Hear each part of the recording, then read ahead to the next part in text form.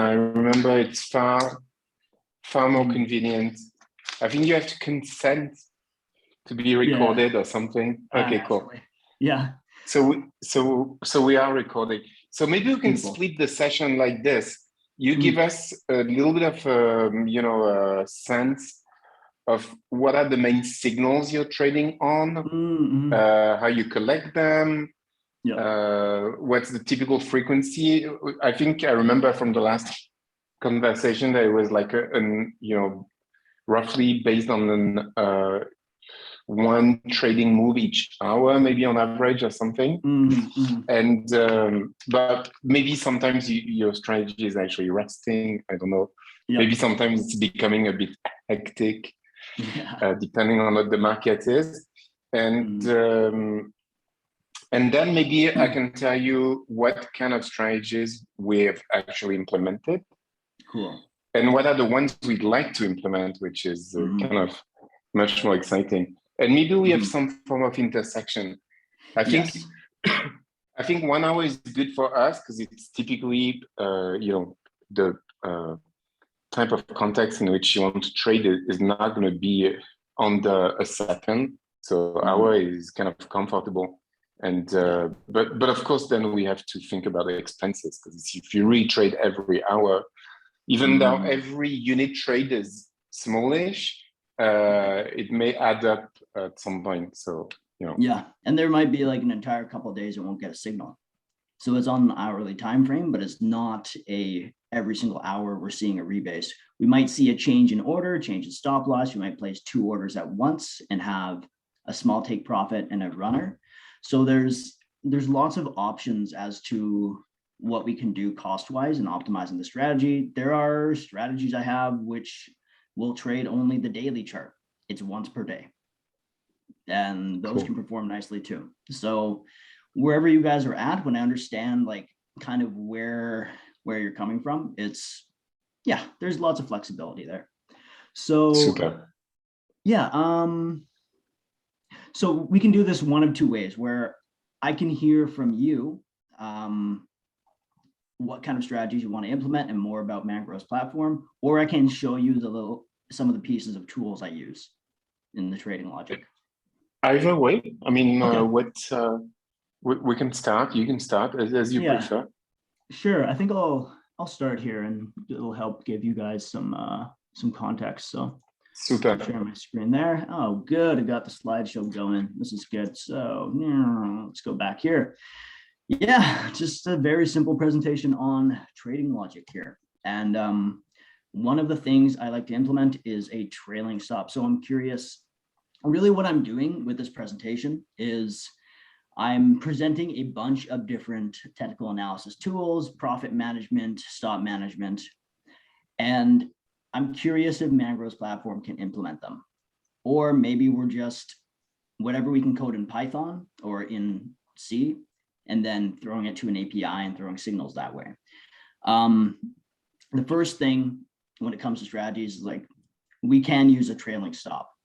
And some of my strategies use these, some of them don't. So it goes for every piece of this presentation. I'm just showing pieces. So on a trailing stop, it's just like, hey, can we reach my question is, can we do this as it triggers on price reaching a certain level?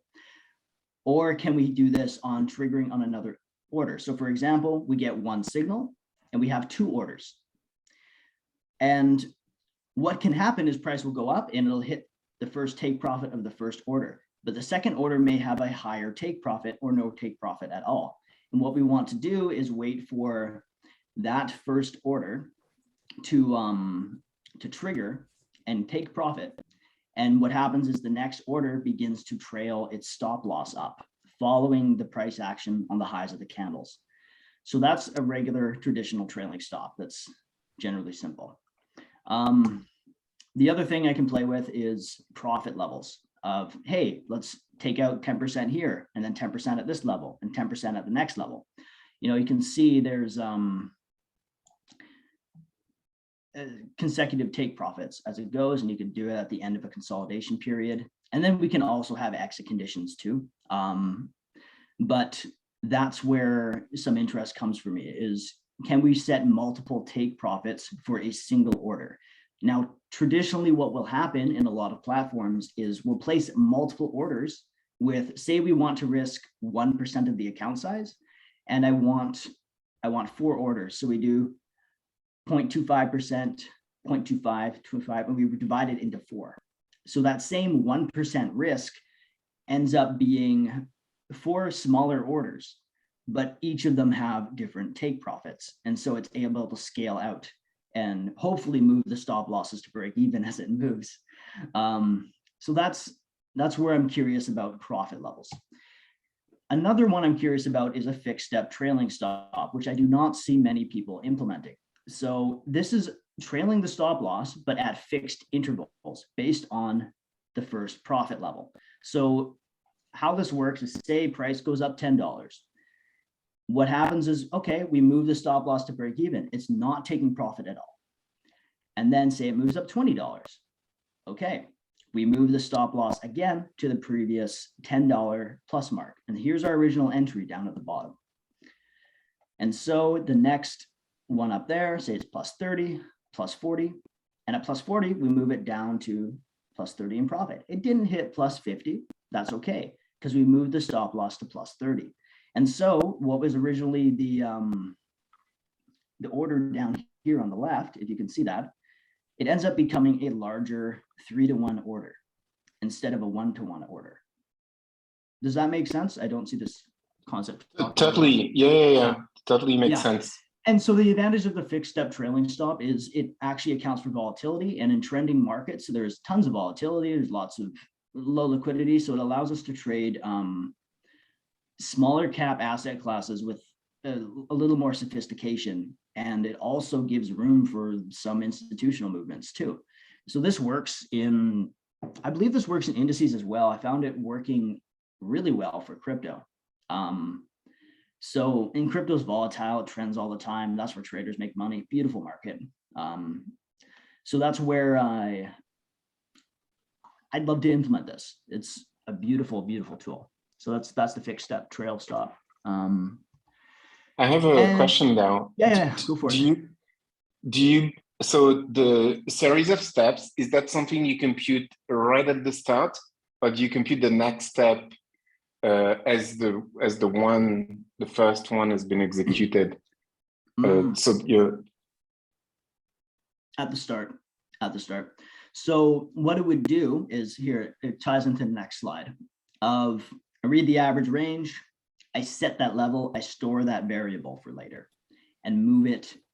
And then I use that same variable for the next level and the next level after that. Because as price moves, the average range will change.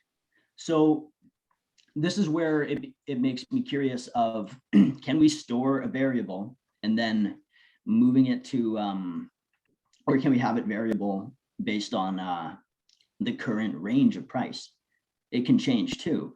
So I'm curious about the options we have there, where I want to read, say, 14, 28, 36 candles back. And I want to get the average for how big those candles were and how much price moved within that time period. And I want to use that to calculate my profit levels, stop levels, everything in between. So yeah, and then I'm curious of what the data is based on. I assume there's open OLHC data, open high, low close. Most platforms usually have that, so. But yeah, that's yeah. What do you use in a candle? Because you have highest, lowest, start and finish or something. You have. Do you actually use the highest and lowest price during the time interval of reference, or do you just use the delta between the final price and the start price? No, we use the high and low. Usually, it depends what we want to do. We could do either, depending on the strategy and what works better. But usually, it would be the high and the low. Okay, all right. So it's not actually okay. It's interesting. So you don't. So you're not using even the color of the candle. No. That's interesting. Yeah, you don't need the color of the candle. Yeah. But that's interesting to hear from your perspective. Why would we want to use the color of the candle for calculating profit and stop levels? I don't know. I'm really not an algorithmic trader. I was just just asking. I thought, you know, the people sometimes. I mean, but let's not let. I don't want to talk about what I don't know. Okay. So it's perfect. Yeah. Cool. So okay, I get it. So so far, should we proceed among all your primitives and then go over them again and see what Mangrove can do, or do you want to discuss each one separately? I can finish this, and then you'll be able to see a bit more about where. Yeah, it'll be quick. I can make it quick too. So the next thing I'm curious about is reading volume levels and reading averages of volumes, calculating volume indicators.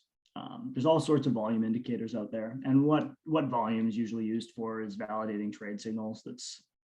That's usually pretty simple. But yeah, I'm just curious about the volume data of what Mangrove can provide there. And the next thing is spread and commission is what I wonder about, because that completely dictates what we can do and what we cannot do when approaching the market, right? Like if I'm trading US 30 and the spread is pretty tight and it's really volatile, I can get a lot out of the little spread and commission that I have to trade. Whereas depending on a certain broker, they might have more spread in a, say on Bitcoin. Sometimes they have $100 spread on Bitcoin. And if I'm trying to capture $200 of price movement, well, that's half of the profit. That's not going to make sense. It adds too much to my losses and takes away too much from the wins. So it skews the risk reward ratio, and it skews the overall bottom line and the upper line of profit potential. So if this is commission based, then that dictates some of the, usually the spread is tighter. And then, okay, I'll do a strategy that takes advantage of the spread. Whereas if it's spread based and spread is a huge issue and commissions aren't as big of a deal, or there's no commission and it's just spread, then we can go for strategies that may use larger size. They may have bigger commissions for the orders, they may risk more, but spread isn't as much of an issue for them because they're capturing more price movement. So, and I know Mangrove had a pretty interesting solution on liquidity and order, like limit orders and spread.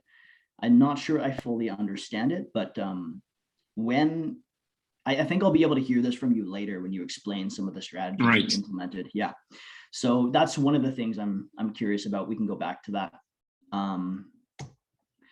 Next thing I'm curious about is moving averages. What kind of moving averages can we use? Can we use VWAP? Can we use Hull, double exponential, triple exponential, or weighted moving averages, or just regular simple ones, right? And one of the signals, as you see on the arrow there, say going long on a candle crossing over a moving average. Now, that's a signal a trading strategy could use, or it could use two moving averages crossing. You know, we all know about our golden crosses and our death crosses on charts. Those are affectionately referred to. And yeah, that's one of the pieces that can be used. And then there's also, if you see the candle just to the left of it, you see this rejection. Those can be read as well, and some strategies can take advantage of that, or we can take advantage of a rejection upward as well off the moving average. So reading the high and then the close, or reading the low and then the close as well, or just the open and close and ignoring the high and low. And there's many ways to read this data, but I presume there would be a way to implement that. The next thing is calculating directional indicators. There's all kinds, hundreds, thousands of indicators out there. We can use as many of them as we want, or as few. And I'm just curious the level of complexity of what can actually be calculated there. So some indicators are easier to calculate, some are not. And Yeah, and validating those signals on the chart. Can we see two lines crossing? Can we see it changing color? And what exactly will validate the change in the indicator? So the next thing I wonder about is compounding and rebasing it with each trade, having a fail safe, say it goes down 10%, does it stop trading? I mean, we wouldn't want to do that. We want to allow the drawdown. Drawdown is the best time to trade a strategy, but hey, maybe we have a black swan event or something, which probably wouldn't matter. The strategy would make money in a black swan from when I back test, but that's where I wonder about how well we can do fail safes, but obviously we risk appropriately. And then I'm curious about what kind of leverage can be used. Can we do 1 to 5, 1 to 10, 1 to 500? All kinds of things there. So I think there's one. Oh yeah. One thing I don't have in here is can the trades rebase to risk a certain amount of the account? And can it read the account balance and calculate the stop loss and calculate the loss? I presume all these things can be done, but I'm doing my due diligence in showing all these parts that can be put together for a strategy. Yeah, and then I'm wondering about the API, like how often does it make calls? How fast are the packets? How big is the data going back and forth? How has your uptime been? And when there's downtime, what does that look like, right? How long does the downtime last? And yeah, so I think that's everything for my presentation here.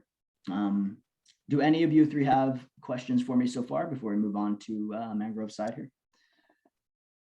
I think the best would be that, so first of all, thank you. This is beautiful and really nice.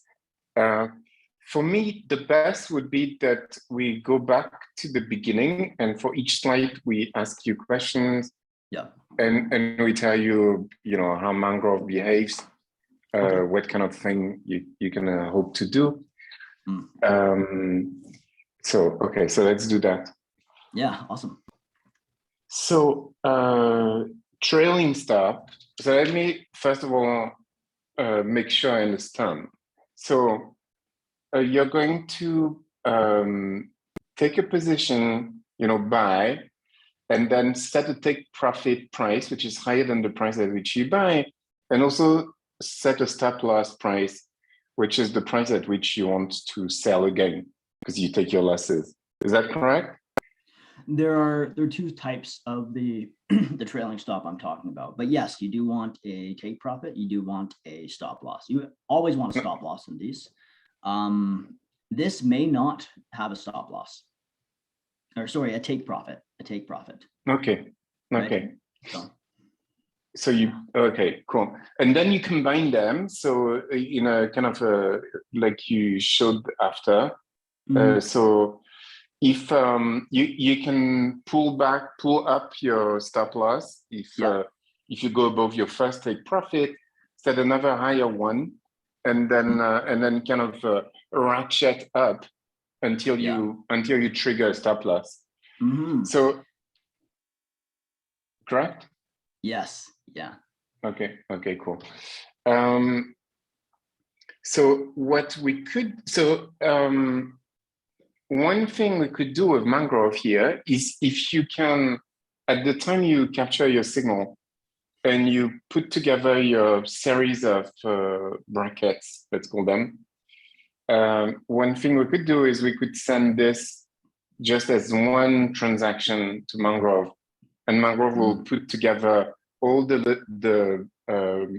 limit orders and a trick to do the stop losses, which I can explain in a second. You cannot put a stop loss in a book. It's got to be some kind of order that the exchange receives and handles on the side.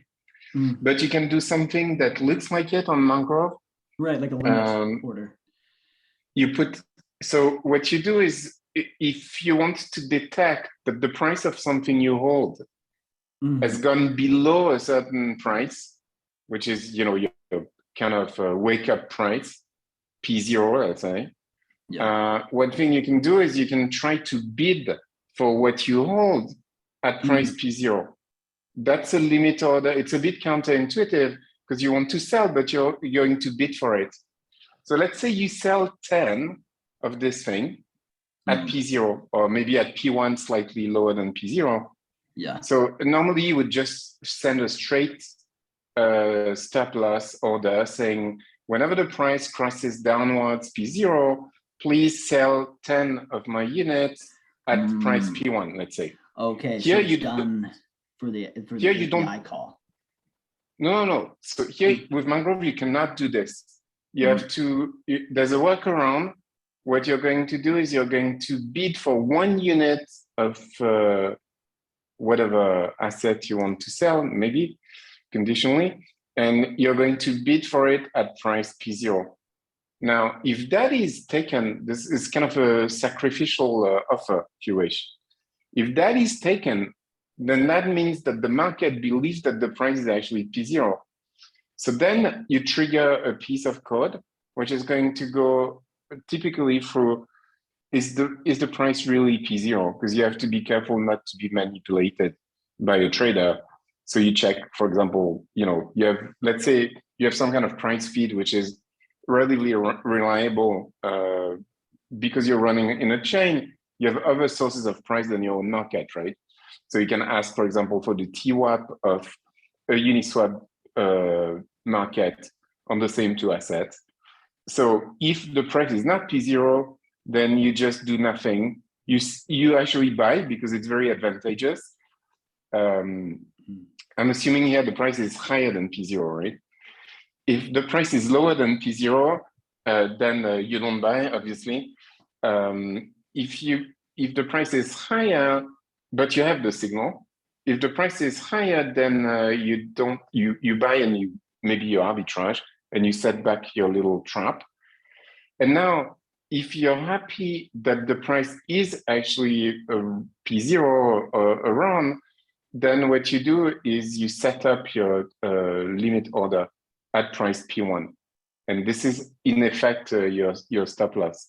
Or you could also directly execute a market order against even another market than Mangrove. Doesn't have to be Mangrove. And then maybe something super liquid. So stop loss, maybe you don't want to be too you want to be quick, and so you just execute a market order, for example, against a Uniswap pair, and you get rid of your hot potato against some kind of stable, let's say, for example. So you fold. All what I described here, these are 3-4 lines of solidity, right? And they're instantly executed. So the extraordinary difference between Mangrove and anything else is that once your code is being run by the market, it's like the time is frozen around you, and your code is in effect the only moving financial object on the chain of reference. So all those little measurement sequences, they take no time. No one can front run you. No one can touch the state of the universe, of the blockchain, while you're running your code. So, okay, so this is interesting. So using that trick, you can absolutely compile a series of brackets of nested take profits and stop losses. And every time they will republish themselves exactly as they should on the book. So that we can do. Cool. That's awesome. You can go a little further, but of course you have to tell your code. And so let's say, for example, let's make it just an inch more complicated. So I don't know that it's useful, right? It's just something that's easy to do. What you do is you've set your first take profit and your first stop loss in the sense that I was describing. Now your take profit is taken for maybe 20% of your capital of what you had you meant to play to put in the game, which means you're still holding 80% of the risky asset, let's say. Yeah. And at that moment you're taken, which is, a few hours in the future of when you started, you open your move, your first move, you can again read off some parameters of the market. For example, you can look at some what would be a natural signal to look at. You could be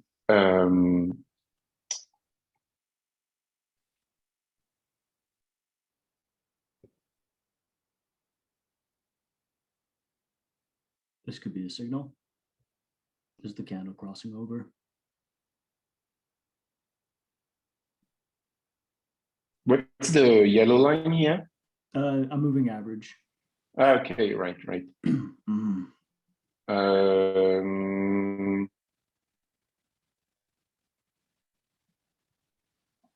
So say we it's a bit tricky. That kind of signal is a bit tricky to capture purely on chain, because you need to observe all the transactions. And the piece of code you're uploading on chain knows very little about what's happening in the world, apart from the various instances at which it's woken up by the matching engine. And at that time, you can collect signals all you want, but these are instantaneous signals. Unless someone is nice enough to have put the candles or the moving averages on chain for you, so to speak, or maybe you do it. But this is a type of signal that you have to compute outside, and Mangrove is not computing this for you. That's not a macro variable. So in your code, you can ask what's the block number to give you a sense of the amount of time elapsed between your the last price action that met some of your contract. And now you can ask for everything that you've recorded from that last time, but you cannot ask, something, what's the local volatility, for example. That's not something you can ask. That's something you have to compute off chain. And then you have to shoot that piece of information to your code, maybe a little ahead of the time it's going to run. And so let's say, let me describe something informally now. So okay, at hour 0, you shoot up your first take profit. And you expect that at hour 1, there will be a second one, maybe that you set if the first one is taken. Now, it turns out that after 30 minutes, you're outside, you're looking at the market, you're thinking definitely, actually, there will be a second take profit that looks increasingly likely. And then maybe you'd like to be a bit more aggressive. And so you want to, I don't know, update the price at which you're selling, or maybe hold a little longer, or I don't know, something like this. Then that piece of information that you have built off chain, you push through your contract via the API. And that's a piece of information that your code, when it is run by the engine, will have available. But this is because you told your code, you gave it a new piece of info, right? And I think in general, when we're discussing implementing a trading strategy, like you were describing, on Mangrove, the specific problem is a problem of how much of what you're computing do you keep off chain as usual, and how much you actually incorporate in the code that you can attach to the various offers that your strategy is managing. That really is the big question. And this is why it's fun to talk to an actual practitioner, because depending on what you're doing, I think this partitioning between the on-chain and the off-chain is going to happen differently. A metaphor, if you want, is everything really simple and where it's advantageous to execute in this kind of time frozen bubble, you put on-chain. Everything that's kind of recomputed constantly and uses a a certain depth, looks backward in time at data, which can be quite long and expensive. And then that you keep off chain as you do now. You just compute them on your computer. And every now and then, your computer is going to communicate with that kind of reptilian brain that you've put on chain to, to tell it, we're going to have some more volatility. So, be more aggressive on this or that or something. So you can think of it like you have some kind of small control loop on chain, and then you have the bigger control loop outside. And the trick is how to make the outside loop talk efficiently to the inside control loop, something like this. Yeah, that makes sense. Cool. It leads me to be more curious about what I wanted to hear more about the strategies you guys have implemented and had some success with.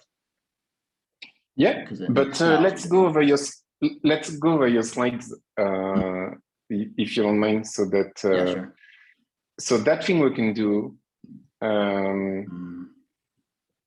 So this would be off-chain then. So we don't even have a good notion of candle, right? Candle is in the eye of the beholder, right? You're defining the time resolution at which you want to see that signal. So that in itself is a fun thing. Actually, I wonder how far back in time are you looking at those type of signals? The farthest back I would need is, I think somewhere between 50 to 200 hours. So, okay. So, yeah, not huge. Yeah. Okay. All right. But then, so the exchange you're talking to is building this kind of complex multi-scale data structure that you're pulling from it and that you're handling locally. I don't know how that is done, but we're not building any of that thing. We can. Sorry, my wife is calling me. Of course. So for that, I think we would build this local database the exact way you do it. We have all the APIs that allow you to. So one thing we already have in place is that we have a data stream that you can connect to, and that stream will build a local database of every single event on the order book. So there you know everything, down to the last little, the smallest event that's happening on the book you get. So you have all the information you want.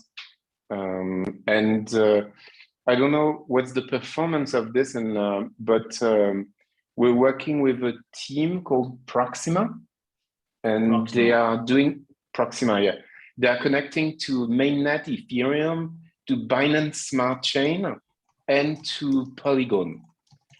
I think I can give you the link. I think Hamza had it, and I think the link is Proxima 1 or something. And so what the devs are telling me they give us a really good stream, very easy to program with. And so what we've done, actually, we use it for our own user interface. So to build some kind of graphical representation of the book, for example. And is that Proxima? Yeah, that's them. Looks like it. Exactly.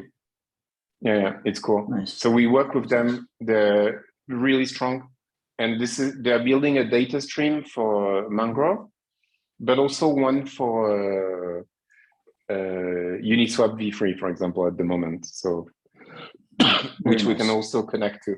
So right. So and then this gives you low-level access to all the data of the market. I remember you were asking after later in the slides what kind of frequency, what's the performance, the back and forth time, the round trip, and I don't know, I have to ask them, but I think it's in the world of blockchain, I think what they're doing is kind of world class. So I think reading the data is going to be super dependable. But of course, this is all relative to the chain, right? Yeah. So if the chain reorgs, if it crashes like Polygon is prone to, then there's nothing we can do, right? The entire infrastructure of Mangrove is actually the blockchain on which it runs. If that crashes, if that is slow, if that, will be all these answers will hinge enormously on the performance of the substrate. So on Ethereum, it will be costly and sluggish, and you'll have new events every 15 seconds or 12 seconds. On Polygon, it will be every 2 seconds, every 1 second, depending. It will be less dependable, and it will be much cheaper to interact with. So, but Mangrove itself is only limited by the substrate on which it runs. As a piece of code, it's it's not limiting at all. It's so okay. So that's for that kind of question. Nice. We have not really stress tested the engine. I'll show you in a second if you want, if I didn't do it last time. But what we have is we have free order books on free markets, and we have bots that are taking orders, bots that are placing offers every now and then, and we have also an automated market maker that's providing liquidity, and so far it's been resisting quite well our attempts to shoot market orders at the entire structure, but it's not under stress for now. It's just being tested kindly, right? So we could be more, we could do violent tests, shoot a huge amount of stuff. And that actually begs the question of RPC nodes. So there are many entry points for the transactions you're shooting to the contract. And some of them behave more or less dependably. So that's also a factor, right? So this is there's also that additional level of complexity. Essentially, what is the validator you're shooting your transaction at? Is it a good one? Is it, and so you'll be depending also on the uptime of that entry point to the chain. Okay. Spread commission, I didn't understand this, so maybe you can unpack it a bit more. The bid and the ask for right, when placing an order, right? Sometimes on Ethereum that can be $5. On others it can be $1 spread. So that's where my question is. If I'm going into Mangrove and there's a market maker, I'm assuming there is spread. Right.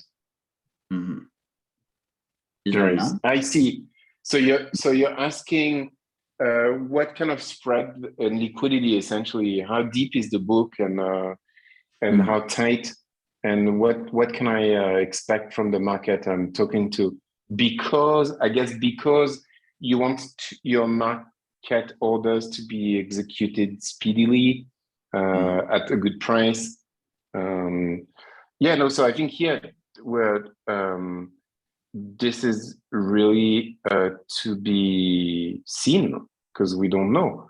So it depends on our ability to attract and subsidize potentially, like many of DEXs do, market makers that will essentially, they have this liquidity mining program, DYDX, all those DEXs, PAP protocol.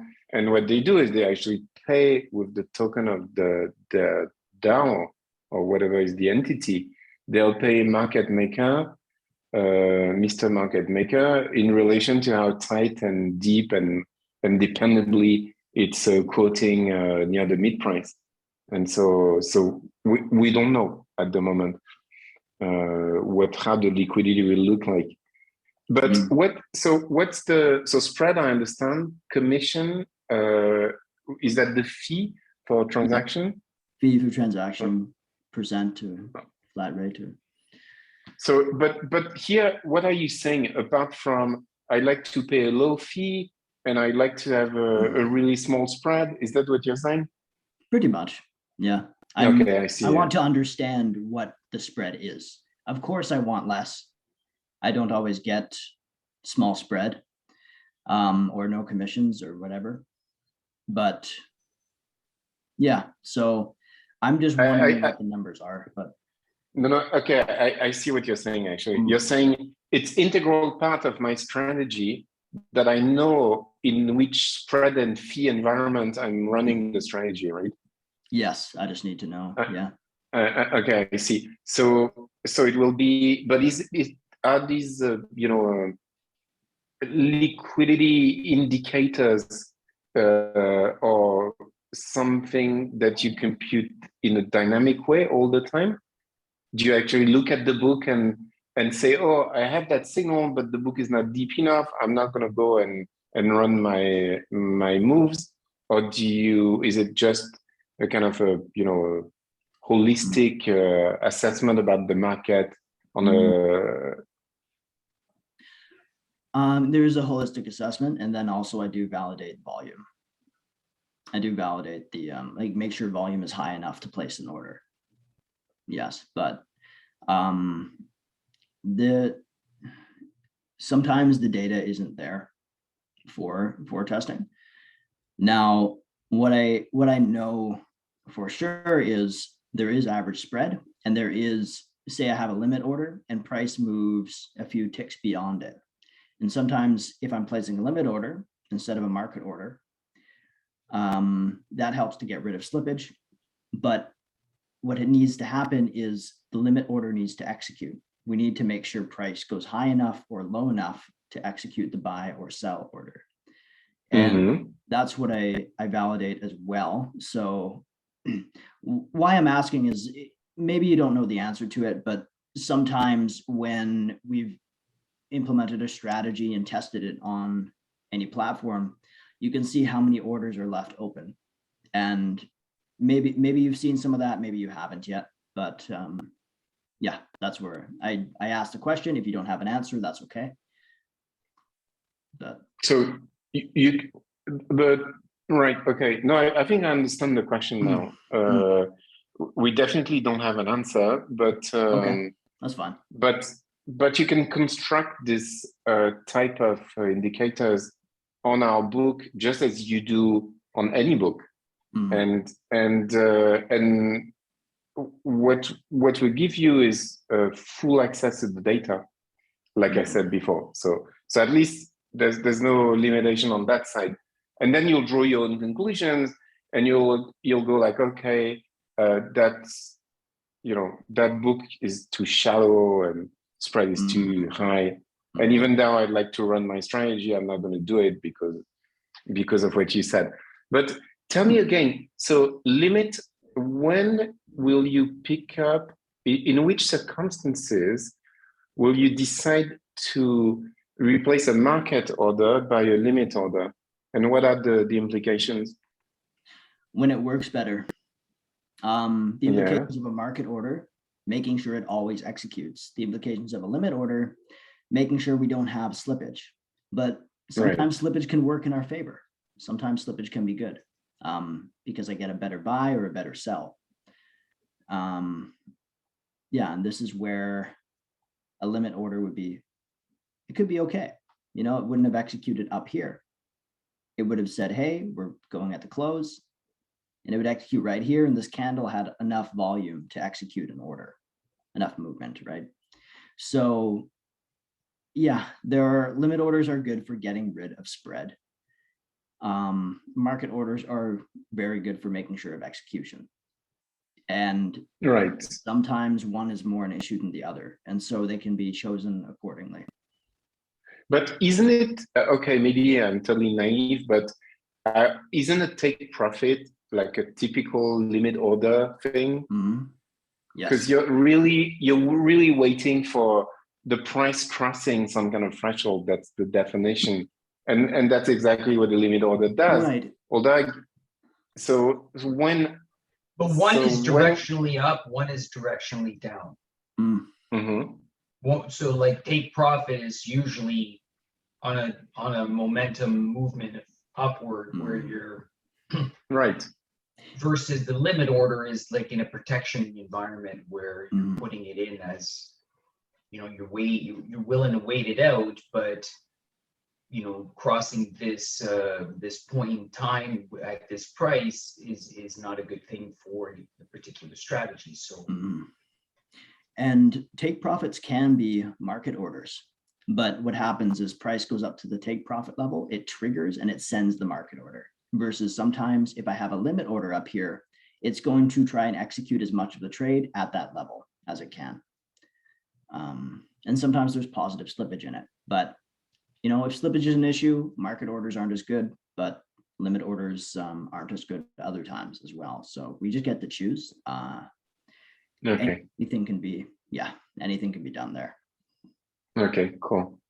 All right. No, on the way down, clearly, if you want to sell on the way down, then it's not a limit order, but right, market.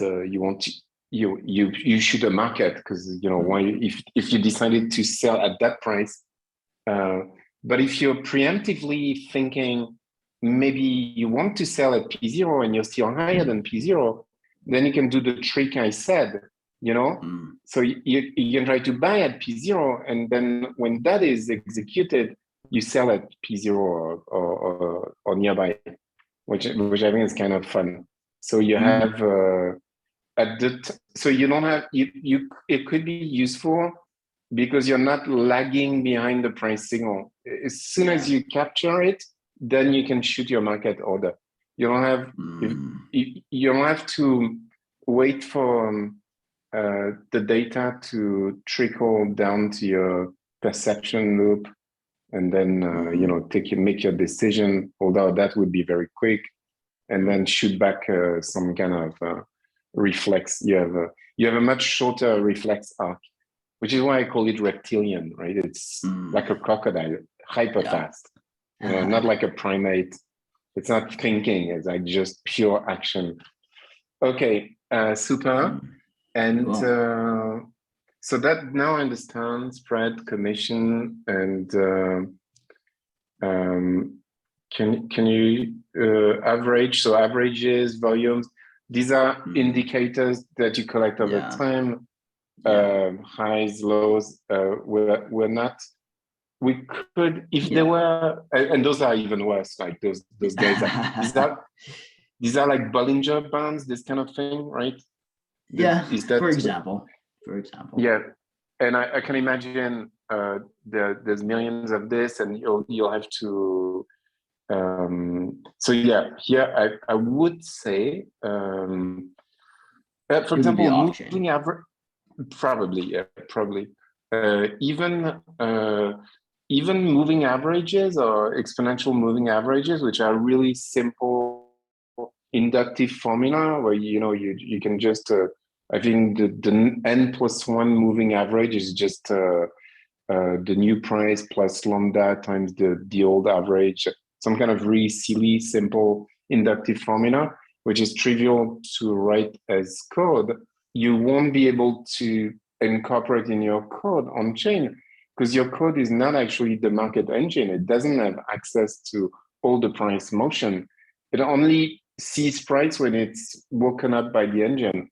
And, so you don't see it's only from the outside that you see all those little moving things. Although actually there are proxies for. Okay, let me just improvise something here. We know that fees on Uniswap V3, for example, are computed by, you're computing some kind of square root positive variation, whatever, there's a formula. And that describes some kind of, essentially it's the average, no, it's the total variation of the square root of the price on upward moves that gives you the fee, something like this. And the downward moves gives you the fee in the other asset, for example. So in an indirect way, you actually have access to the extent that the price action on that market relates to the price action on your market. You have some kind of measurement of upward volatility or something. And that could be as good a proxy as you want to, you need to compute some of these signals. And those signals are on chain. So when your code wakes up, it could read off some kind of delta of unclaimed fees between the last block it was active at and the current block, and deduce this quantity and infer, which would be really simple, and then infer something about the course of action it should take. So let's not altogether give up on I'm making a much more general point here. We are not, differently to Binance, which is quick and all and very capacious, and Mangrove will run in an entire system which is connected. It will be able to read, and your code will be able to read when it's running all sorts of relevant financial variables on chain. And some of them, that I just gave you an example, maybe actually in and on themselves signals that you could use off chain, and they are on chain. So, it's interesting to think this way. But in the first instance, I would say all those calculations that you showed, all those Bollinger Bands and stuff, they're better. They can only be done really off chain. So yeah, that makes sense. So go ahead. Oh, yeah. So it's essentially Mangrove can take signals from a different piece of code, and that's what I'm hearing. So you can deputize a piece of your strategy on chain and have it collect on chain signals. And the contention is that sometimes this is advantageous because you have like a bridgehead. Do you say this in English? You're going to a super short control loop, super fast, dealing with less information, with living in a universe where signals are not as rich as outside, where you see everything. But so the philosophical trade-off is, when do you want to sacrifice rich signals for quick action? Is essentially this. And it's a big question mark. We don't have the answer, right? We don't know. This is Mangrove is our serious attempt at finding out if we can build a market engine like this, which is which which people will find to be useful. But it's a little bit of a open question, really. Okay. So maybe now is a good time for me to tell you what we have in mind, because we're coming from the other side of the equation, right? So but thank you, it was fantastic. I wish you had revealed more secrets about your trading algorithms, but I can do that next week. But yeah, cool. No, I'm kidding. But so what we've been thinking is differently to you, who is really,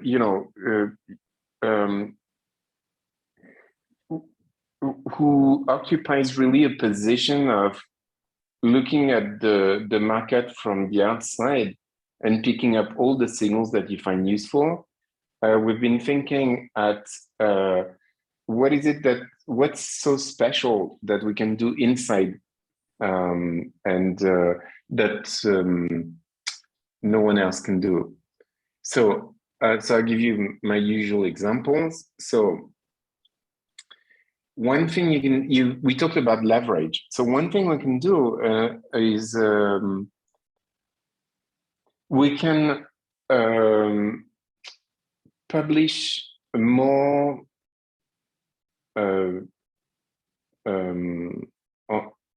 okay, let's assume we're playing on multiple books at the same time with the same code. Typically, we have a piece of code that's going to play on a triangle, ABC, right? So these are there are three legs. So you're kind of in an ABC pool, if you wish, but you really have three different markets.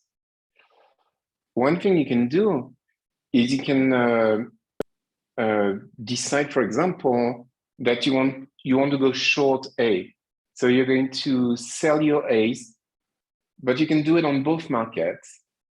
And you can do it for the entire volume of A's you're holding on both markets at the same time. And you cannot do that in Binance. I don't know, it's another degree of freedom, right? In Binance, say you're holding ETH and you want to sell it, you could be selling it against USDC and DAI or maybe BTC, I don't know. But it would be either or. You'd have to split your amounts into what you put in one leg and what you put in another leg.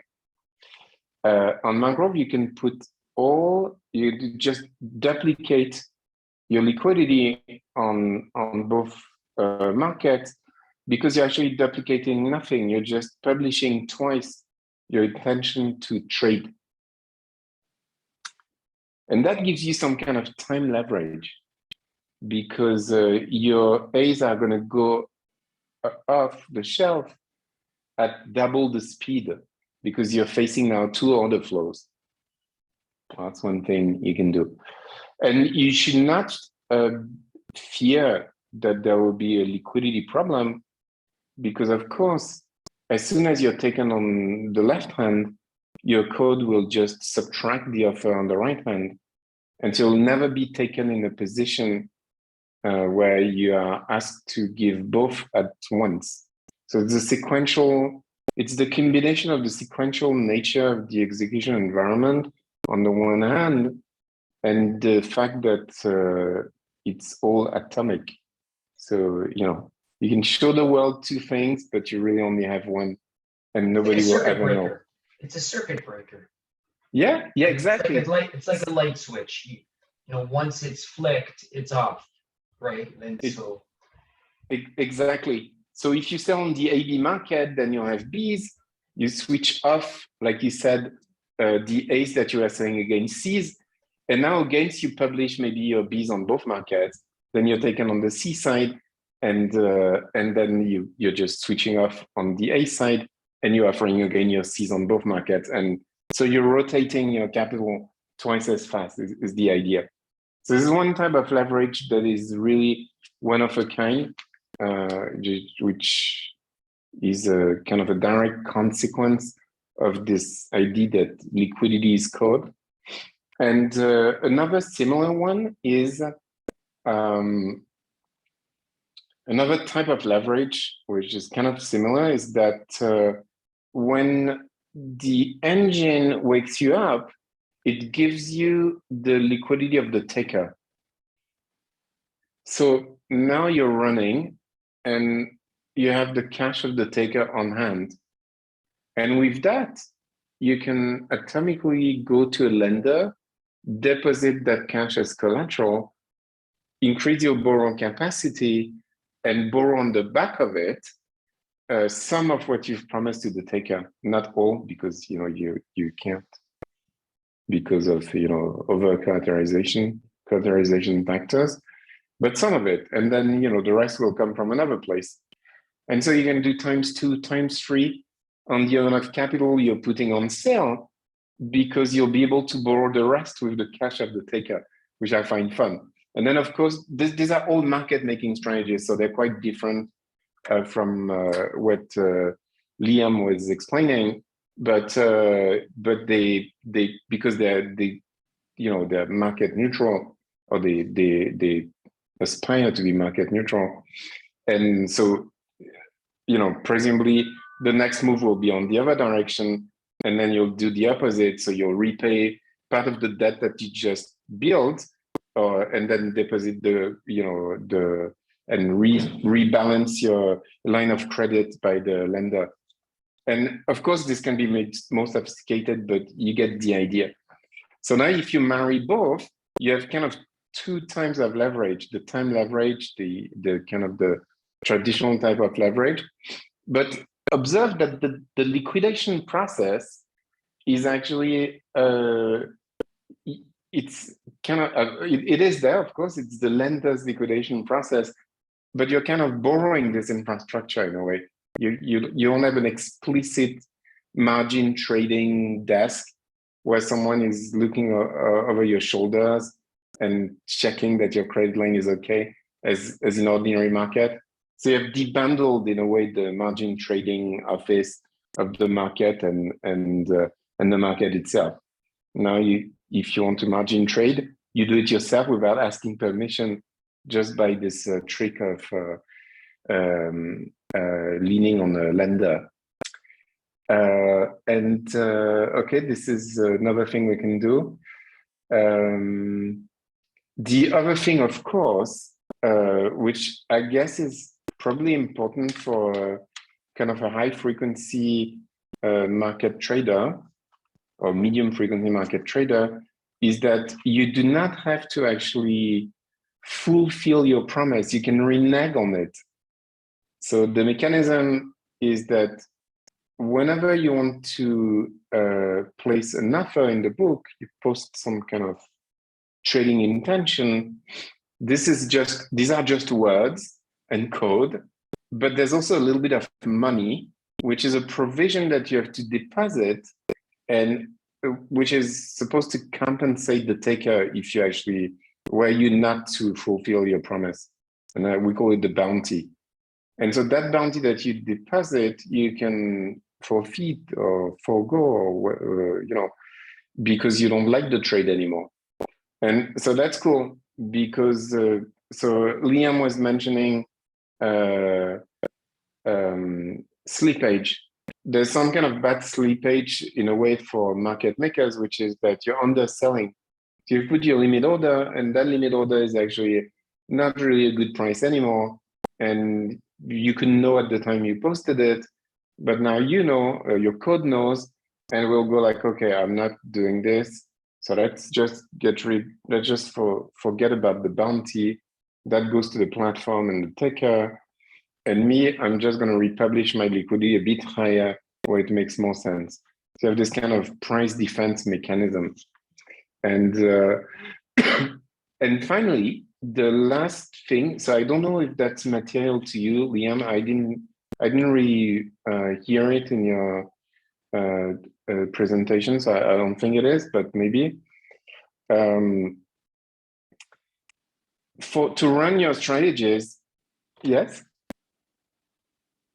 I didn't mean to interrupt, Vincent. I have to go. So you guys have a great day, and thanks for all the sharing today. Super. Thanks for coming. Yeah. It's much appreciated. Thank you. Thanks for being here, Mike. Yeah. Awesome. So I don't think it will be of any interest to you, but it may be to other profiles. you actually have to sit in front of your strategy as it plays out. And so, and you need to have some kind of bot infrastructure if you don't want to. So and that can be a constraint, right? I mean, maybe some of your strategies actually play out in across days and things like this.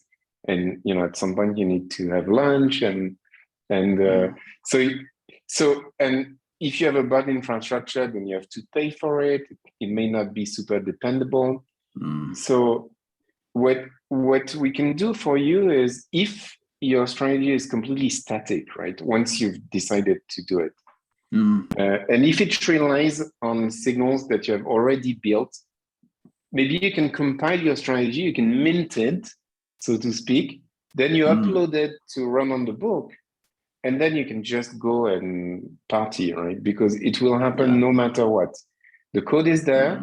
It will, meaning even if the chain actually freezes over, when it restarts, the strategy will just be on top. It will be able to differently, for example, to Solana types of horror stories where people have stale quotes that they can't cancel. Your code is there. Your code has price defense. It can actually kind of feel if there is any kind of crash. And if everything is fine, it will just run like clockwork, you know? And so you can, and if you forget to, I don't know, if your code is persistent, republishes itself all the time. You know, the way Mangrove works, we run your code and then we call you a second time in the same transaction and we ask your code, what do you do next? So you always play and then play next. And so you always republish your liquidity if you wish to, of course. And if you do that, then you have an AMM, and that AMM will run forever, and presumably make you a very rich person, even though you've stopped even caring, you know. So that's these are, you just let it run, and if you use the type of AMMs that we've designed, they are guaranteed to be self-financing and to have no permanent loss. So if prices go back where they were once, then you have lost nothing, and you have actually won a lot.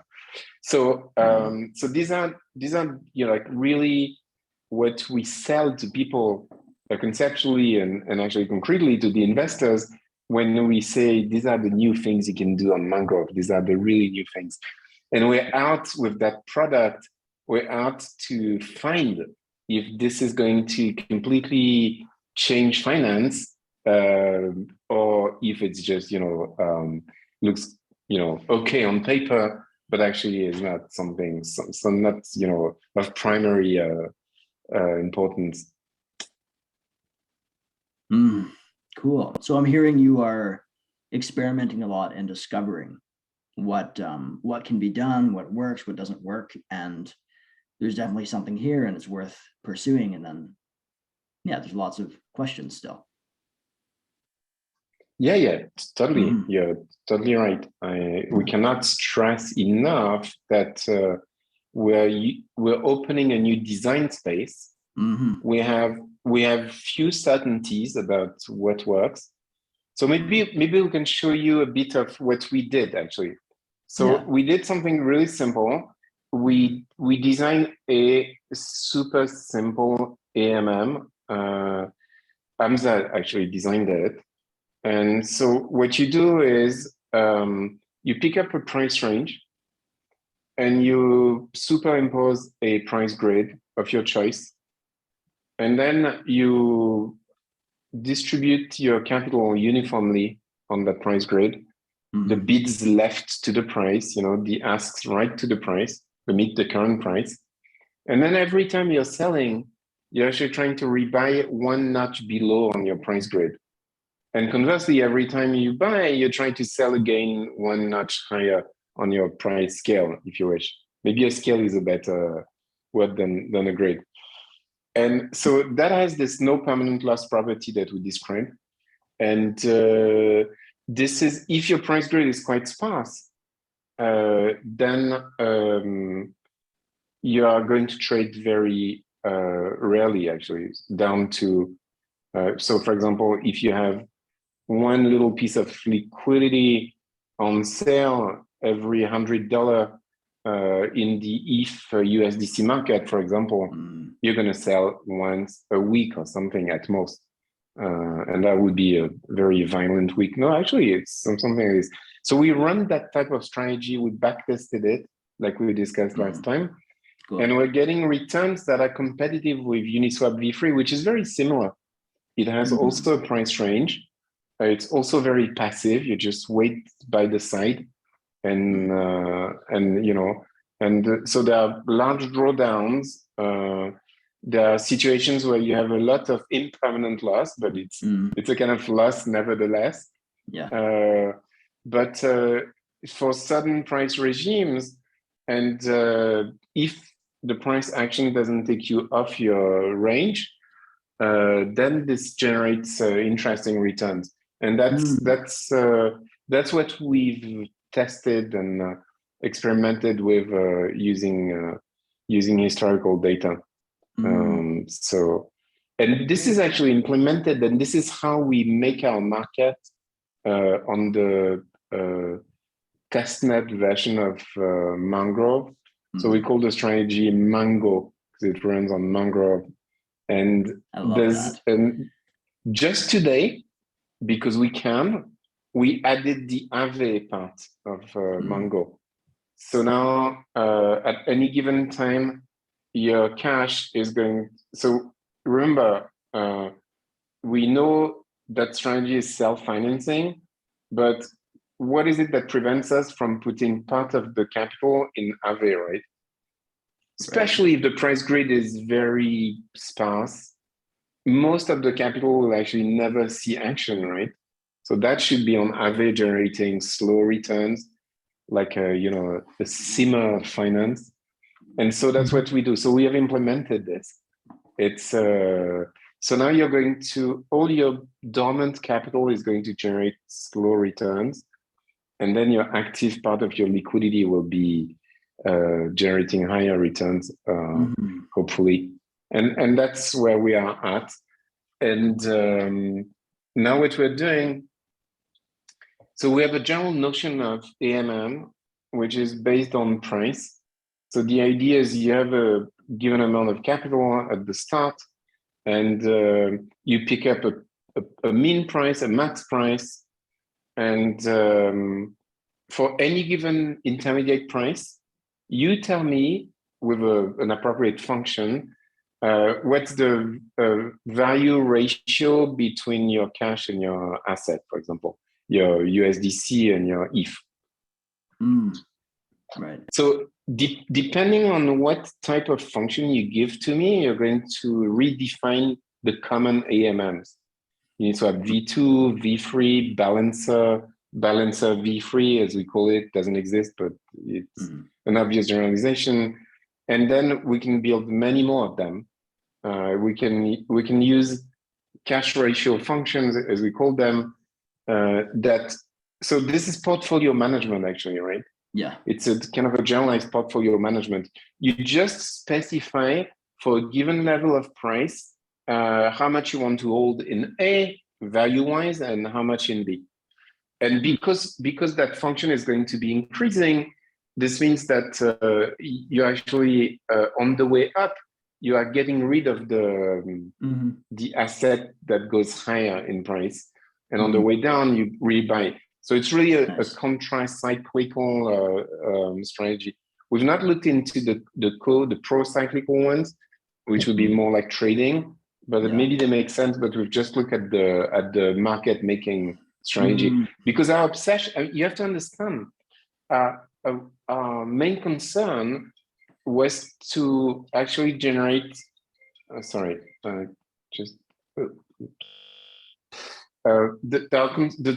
where we're coming from, you may ask. So we have this market engine with new potential, let's say. And so what we're a little obsessing on was, okay, we need to give tools to the liquidity providers so that they can provide liquidity. And if we expose them to the full complexity of the platform and we tell them, just learn Solidity and you're good, it's not going to happen. So this is why we build AMMs, which are just machines that are going to take care of the liquidity that LPs will provide. And so this is how we define that class. And we're currently, Hamza is currently backtesting other options in that class. And so that's our research program. That's where we are at the moment. So you guys are all focused on crypto, and it's kind of working like a liquidity pool in the way impermanent walks, where if one asset goes up and it goes into another asset that's, I believe, gone down, or is it into stable coins, whichever. I'm curious to know about the back tested returns. Are they like 10%, or are they higher than that? So I can show you, they're very sensitive to the timing. Yeah. Let me show you the curve.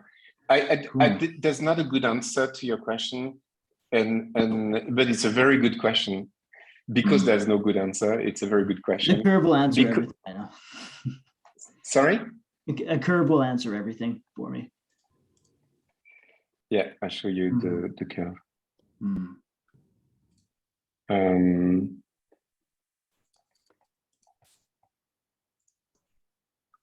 So we back tested between May 2021 and I think end of March 2022. Do you see something, or am I not sharing anything? No, you're not sharing. I don't see.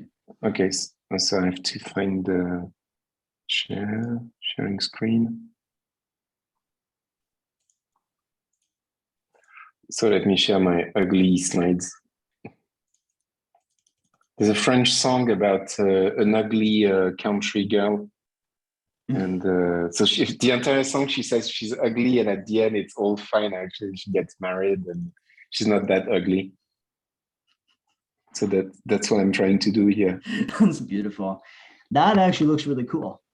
I like that. So what do you have here? You have to compare apples with apples, right? Yeah. So the time axis first. The time axis is like I said, May 20, a year ago to 2 months ago or something. So this is not an entire year. And maybe you can take with a pinch of salt the beginnings, because V3 was just out there.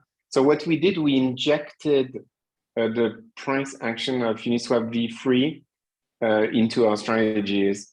And we compared the profits of a comparable Uniswap V3 strat, which is same capital, obviously, same price of entry, obviously, and same price range. And it turned, so 1,500 to 5,000, and ETH actually stayed in that price range the entire duration of this experiment. And we run this against a Uniswap. So Uniswap V3 has at least 2 different markets on the same pair with different commissions, as you said. So we're taking the more expensive one here, the 30 bips. There's a 5 bips as well, which is doing, in terms of fees, it's hard to tell them apart. There is some kind of equilibrium, and it seems LPs make just as much money on one or the other. What I'm seeing here is 40% in 3 months. No. In 10. 10. Oh, yeah, 10. That's the spread, right? But I mean, actual equity went up because the asset went up. But then so Uniswap V3, you're measuring against the price of Uni here? Yeah. Okay. Cool. So that's a beautiful gap I'm seeing. That's really nice. No, sorry. Uni, you mean the token? Yeah, the Uni token. Uni token. No. Here we're comparing that simple strat that I was describing with taking a liquidity position on Uniswap V3 on the same market, which is so in this case, it's the ETH or WETH wrapped ETH USDC market. That's what the comparison is. Okay, and so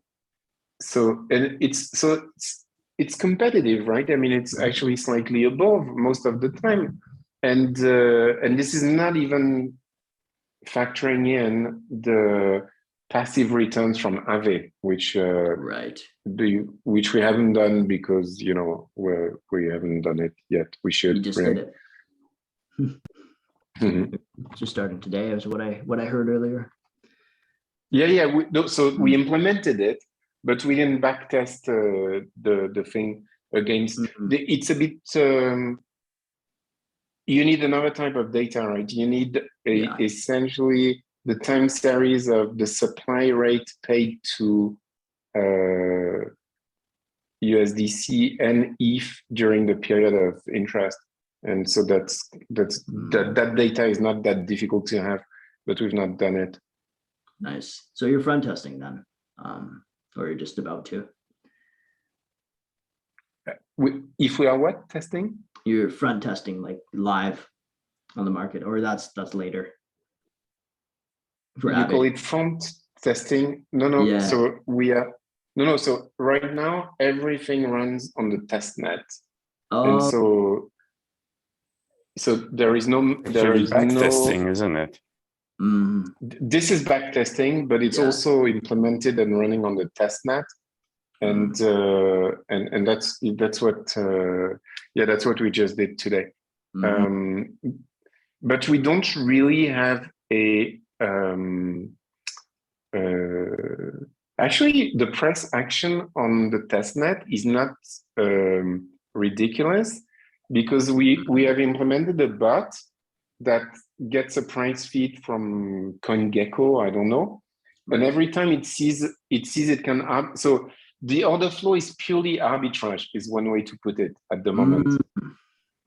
But for this type of very sparse price grid, you see here we have just 10 subdivisions, which means we've put one ask or a bid depending every $300 or something, or $350 or something.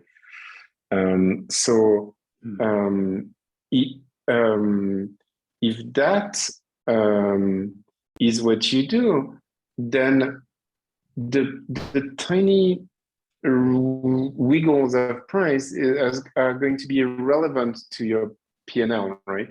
Because you're so low frequency that when the price, and also you scale much better because the appetite for your price is unlimited, because you are being armed, right? So you are a good deal for everyone. So they will take everything you have to offer. Whereas if you're quoting something really tight near mid price, maybe the appetite of the market for just that little amount of liquidity you're providing is okay. But if you put 10 times that, 100 times that, maybe no one wants it, So it's it's a bit different. And actually, one go-to-market we have for Mangrove is to use Mangrove in the first instance as just some kind of really easy to use portfolio manager with some kind of slow convecting way to rebalance the portfolio according to various recipes. And that's what we're testing at the moment. It's a very convenient way to start, because we don't need the triggers. So we don't need to bother too much about the complex problem of offering good liquidity, which is what you were saying earlier in the discussion, you remember? You said it's important to me that there is liquidity and that small spread and not too much slippage, and which is, and this gets around it. Kind of. I mean, as a product, we could exist without providing good quality of liquidity in the beginning, at least. So it could be a way to bootstrap the market. Yeah. With no one on the other side. just a one-sided market, so to speak. Oh, very nice. And the beauty is we could arb the market ourselves, right? And we could even redistribute the proceeds of the arbitrage to our own LPs, which would be commercially fun. Of course, we can't help it if other people come and take advantage. But at the beginning, if we're the only ones knowing about it, then we can share with our LPs. So you have opportunity for arbitrage, and you're with taking that kind of advantage with that type of strategy, yeah, clearly. Are you because it's sorry? Are you doing machine learning? No.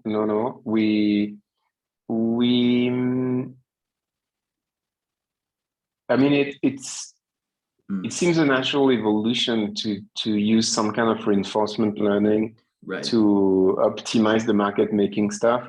But I think it comes at a later stage for us. Right. Do you want to do that? Yeah, I think we would certainly want to study what people do at the connection between optimal execution, market making, and reinforcement learning. Okay. I'd have to check, but LTF may have something to offer there. Not for me, nice. But we have our founder built something out a long time ago, and he's had it sitting here. Machine learning engine for arbitrage. And nice. Yeah, so when it comes to the machine learning component, you don't have a server for machine learning yet, do you? No. Okay. I'd have to go talk with other people, but machine learning and arbitrage, there's possibility there for us, is what I'm going to say in this moment. And more conversation needs to happen, but that's a seed I would like to plant here. Another thing I didn't say in relation to this type of strat is that we can run them on multiple assets at the same time. Yes, same with mine. So that becomes yeah, go ahead.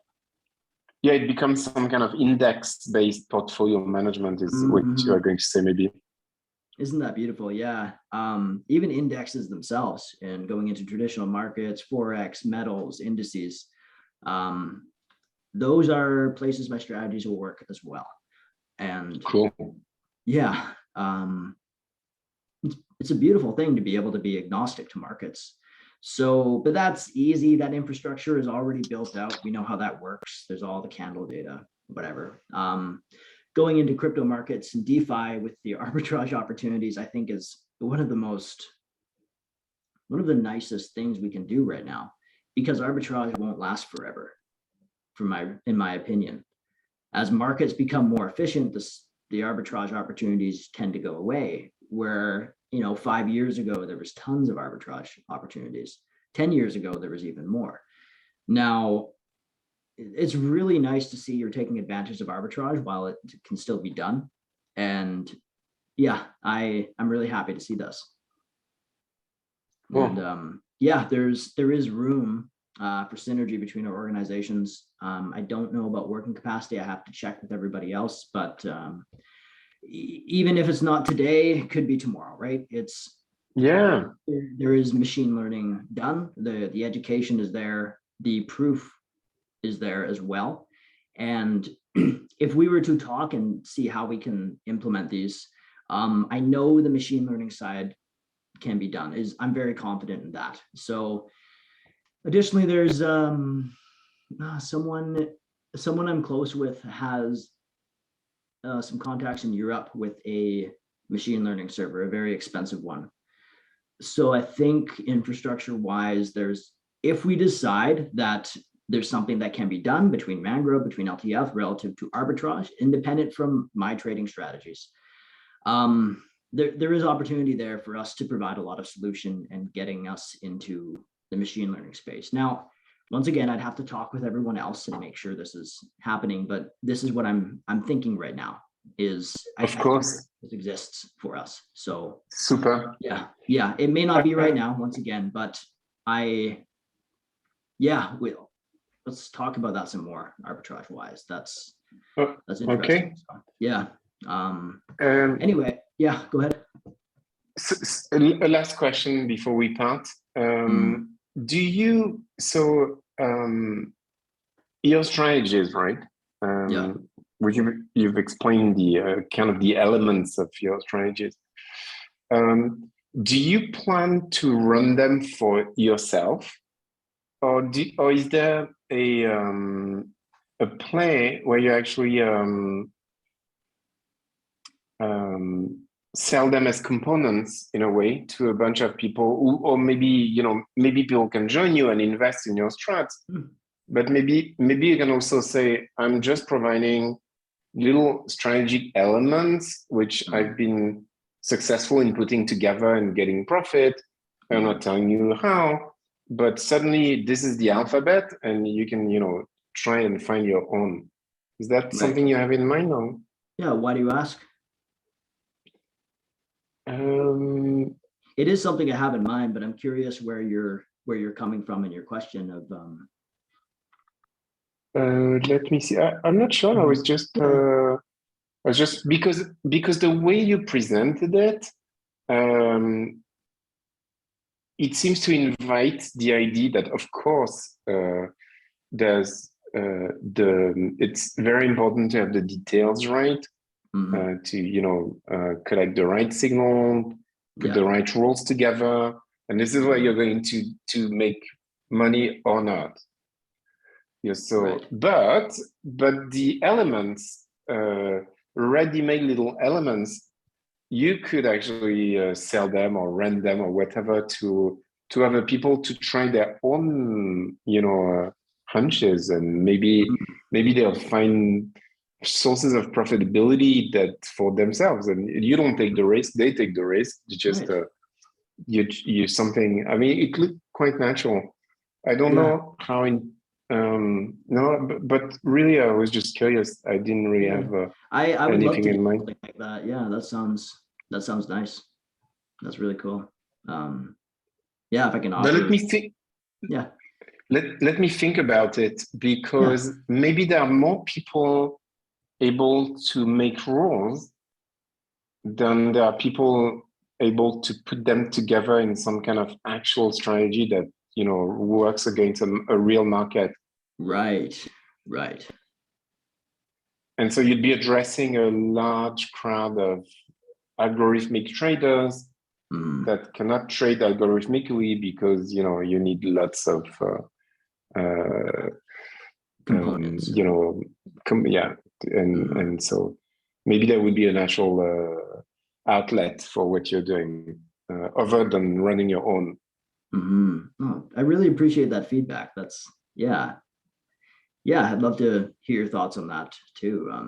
But I do want to just talk to Hamza and Phil and just see if they had any thoughts before. I know it's very late for you guys. I'm in my morning. I have time, but I just wanted to hear your thoughts or any comments from today.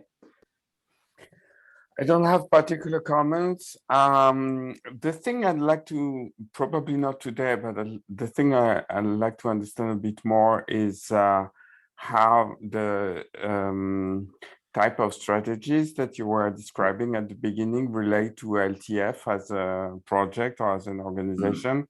Yeah. I still cannot really grasp, to be honest, what LTF is about. LTF, mainly we are a service-based business. We do token engineering services for crypto projects. So say Mangrove wanted to launch his token, we will actually build that token for you guys. So we've done everything from NFTs as well. And then what else do we do?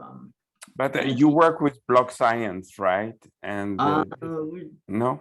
We're close with them. We're very close with them. I don't think we work directly. Because that's what they do as well, isn't it? Yeah, they do some of it, but not in the same capacity LTF does. We're a little bit different, but similar businesses from what I know. Yeah, we like them. We like block science. Okay, so but typically the type of thing that you showed at the beginning have nothing to do with token engineering, right? So yeah, that's how does it relate to each other? That's me and my knowledge of what I'm bringing to LTF. What I also do for LTF is business management. I run operations as well. So that's where I'm here, but I'm also doing this trading stuff. I'm learning, I'm doing algorithmic trading and building strategies as well. And just pairing those two together, yeah, as it goes for the implementation, that's kind of up to me. Okay, so so LTF as an organization does not directly run this sort of strategies on markets, or does not advise clients about this sort of strategy based on, I don't know, liquidity providing to these strategies or that kind of stuff? No, not a direct offering. Something we can give, sure, but it's not what we focus on. We focus on token engineering. Okay. Yeah, we like token engineering a lot, and we think that's a bigger opportunity actually at times. So Hamza? Yeah. If you have any thoughts. For me was I'll ask maybe more about the strategies. So the strategies you mentioned were more like directional strategies.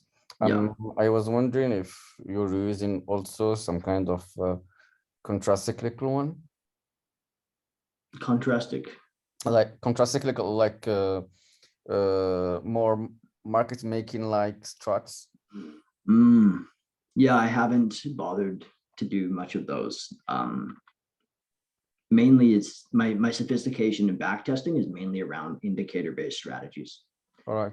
So you're doing like, so as you showed earlier, so it's more of like chartism. Right. Around charts, yeah. Yeah, that's where my strength is. So that's where I do stuff.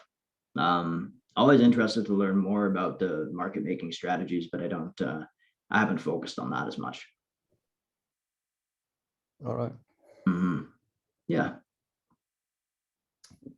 Yeah. So you did often we hear people saying, follow the winner, follow the loser.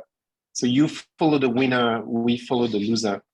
When it goes higher, we sell. When it goes lower, we buy. So this is we've never really. So we are kind of